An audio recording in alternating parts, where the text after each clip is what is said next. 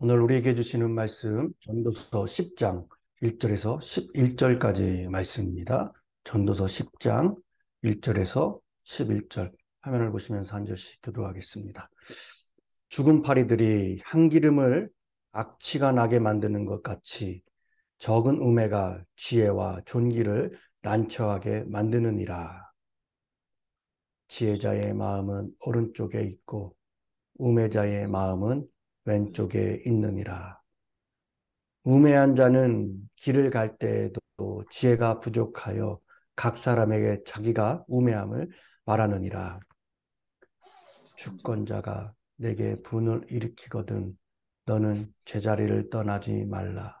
공손함이 큰 허물을 용서받게 하느니라. 내가 해 아래에서 한 가지 재난을 보았노니 곧 주권자에게서 나오는 허물이라. 우매한 자가 크게 높은 지위들을 얻고 부자들이 낮은 지위에 앉는도다. 또 내가 보았노니 종들은 말을 타고 고관들은 종들처럼 땅을 걸어 다니는도다. 함정을 파는 자는 거기에 빠질 것이요 담을 허는 자는 뱀에게 물리리라. 돌들을 떠내는 자는 그로 말미암아 상할 것이요 나무들을 쪼개는 자는 그로 말미암아 위험을 당하리라. 철 연장이 무디어졌는데도 나를 갈지 아니하면 힘이 더 드느니라. 오직 지혜는 성공하기에 유익하니라. 아멘. 오늘 우리에게 주시는 말씀입니다. 생명의 삶 12월 28일 수요일 말씀입니다. 오늘 전도서 10장에서 가장 많이 나오는 단어가 바로 우매입니다. 우매자, 우매한 자 계속해서 반복되죠. 우매라는 것은 어리석다, 미련하다라는 그러한 의미를 담고 있습니다. 그래서 전도서 10장은 어리석은 자의 삶에 대한 내용이고 핵심의 내용은 우매한 사람이 되지 말라라는 것이에요. 이 전도서를 기록한 솔로몬은 어느 누구보다 지혜로운 왕으로 하나님을 경외하는 것이 지혜의 근본이라고 했던 사람입니다. 그런데도 그는 왕이 되고 나서 나중에 어리석은 삶을 살았습니다. 분명히 그는 모든 것을 아쉬움 없이 다 누렸던 사람입니다. 하지만 전도서에서는 이 땅에서의 삶이 헛되다는 것을 이야기하고 있죠. 아마도 자신의 그 어리석은 삶에 대한 이 고백도 함께 포함되어 있었을 것입니다. 이 성경에서는 지혜라는 것을 절대로 소유와 지식을 말하지 않습니다. 시편 14장 1편의 1절을 보면은 어리석은 자는 그의 마음에 이르기를 하나님이 없도다라고 이야기하고 있어요. 하나님이 없다. 어떤 사람을 어리석은 사람이라고 했습니까? 하나님이 없다고 하는 사람을 어리석은 사람이라고 했어요. 여러분, 아무리 많은 것을 알아도 하나님을 경외하지 않고 교만하게 행하는 사람은 어리석은 사람입니다. 반면에 별로 아는 것이 없어도 가진 것이 없어도 하나님을 경외하는 사람은 지혜로운 사람이에요.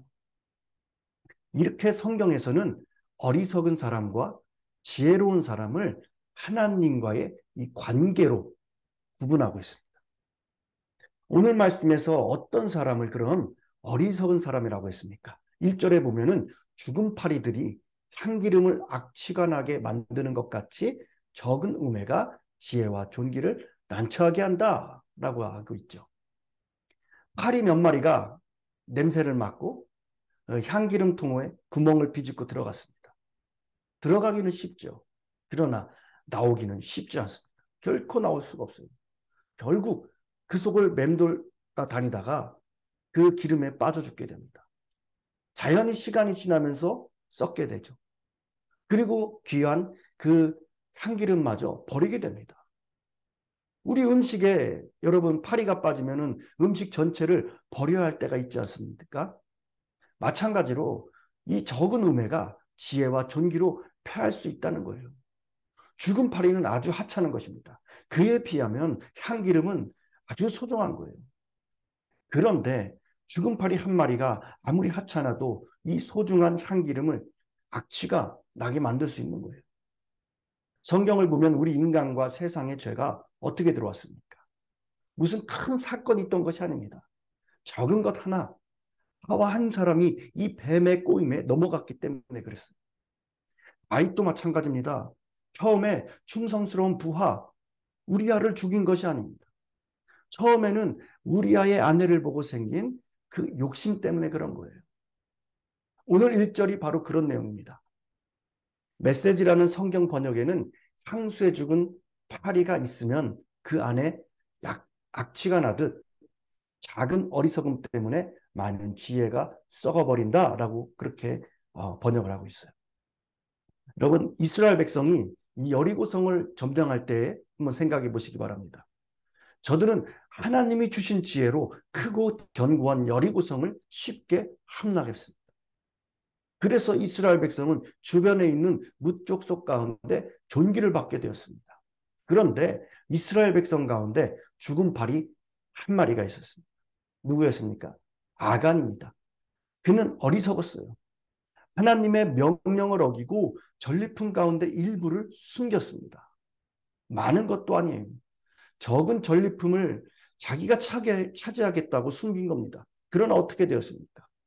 이스라엘 백성이 아이성과 전투를 할 때는 간담이 서늘할 정도로 패하고 말았다고 했습니다. 즉 아간이라고 하는 적은 그 우매 때문에 이스라엘 전체의 지혜와 존귀가 패해버리고 만 것입니다. 우리 개인적인 삶도 마찬가지예요. 한순간 그 잘못해서 실수하고 어리석은 일을 저지르게 되면은 그동안 쌓아 올렸던 모든 수고가 다 숲으로 돌아가고 마는 일이 있지 않습니까? 따라서 우리는 언제나 죽은 파리가 향기름으로 악취가 나게 할 수 있고 적은 우매가 지혜와 존귀로 패할 수 있겠다는 사실을 기억하면서 우리는 늘 우매를, 어리석음을 멀리해야 합니다. 그리고 2절에 보면은 지혜자의 마음은 왼쪽에 있고 지혜자의 마음은 오른쪽에 있고 우매자의 마음은 왼쪽에 있다라고 말합니다. 메시지 성경의 번역에는 이것도 지혜로운 생각은 올바른 생활로 나타나고 어리석은 생각은 잘못된 생활로 나타난다라고 그렇게 번역하고 있습니다. 오른쪽이란 표현이 이 성경에서 생각보다 많이 나오죠. 여호와의 오른손, 그리고 예수님도 승천하신 다음에 하나님의 우편에 이 자리를 이야기할 때도 오른편의 표현도 많이 있습니다. 오늘 말씀에서도 지혜자의 마음은 오른쪽에 있다라고 얘기하고 있죠. 지혜자의 마음에 있는 방향이 오른쪽이란 말은 아닙니다. 지혜자의 마음은 항상 바른 곳에 있다라는 거예요. 바른 곳을 향해 있다라는 것입니다.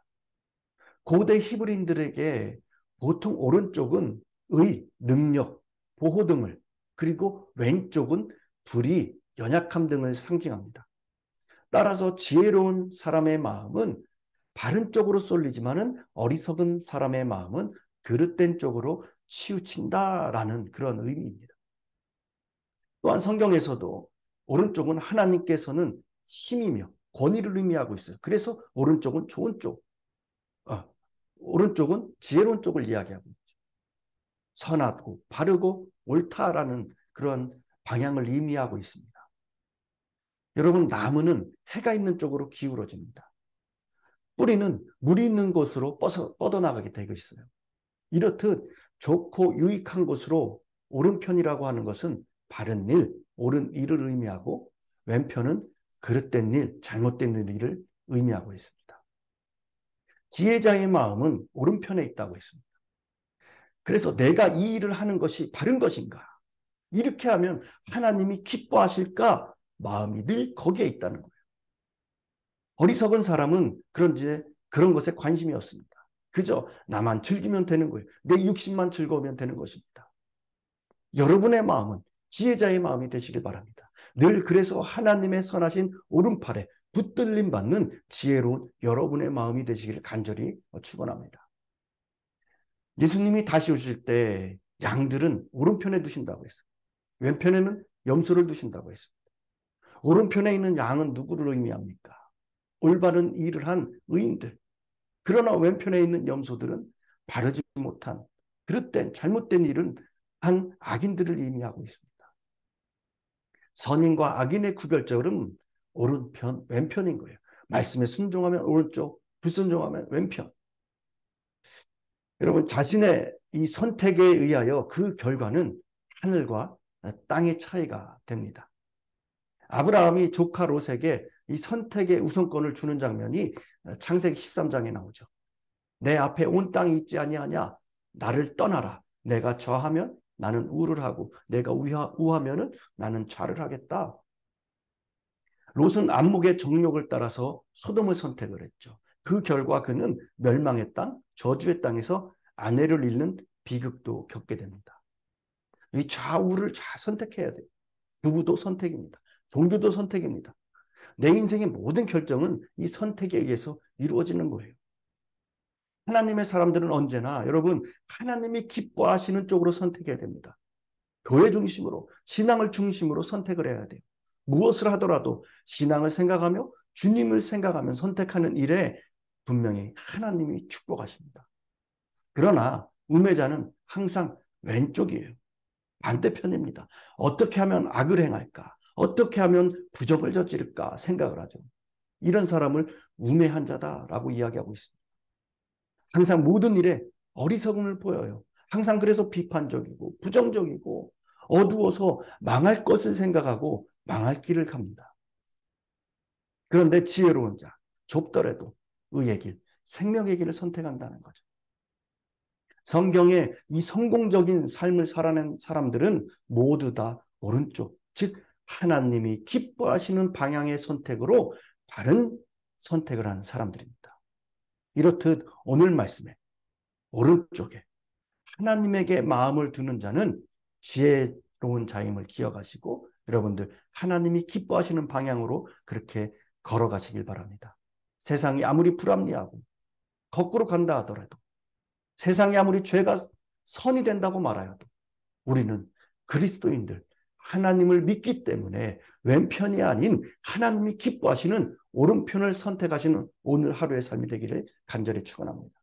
하나님은 우리가 주의 길을 걸어가는 동안에 이 세상을 살아가는 동안에 하나님을 만나는 그 순간까지 지혜로운 선택, 지혜로운 인생이 되기를 원하고 계십니다.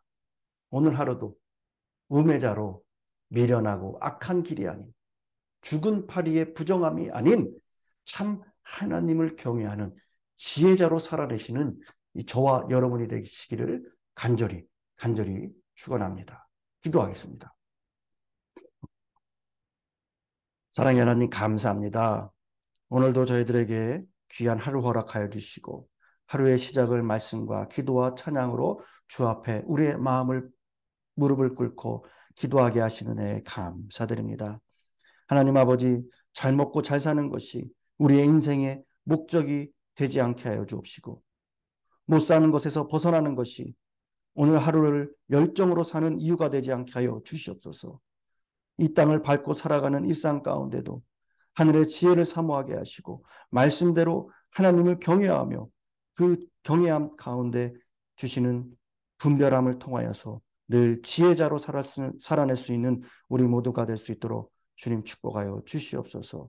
그 명철로 내가 매일 기쁘게 하여 주시고 또한 우리의 가정과 직장이 교회가 내 주변이 그래서 더욱더 희락이 있게 해주시고 평화와 평안이 넘치는 복된 손길 발걸음 입술이 되게 하여 주시옵소서. 감사드리며 이 모든 말씀 우리 주 예수 그리스도 이름으로 기도드렸습니다. 아멘. 말씀을 생각하시면서 다 같이 합심하여 기도의 자리로 나가겠습니다. 기도합니다.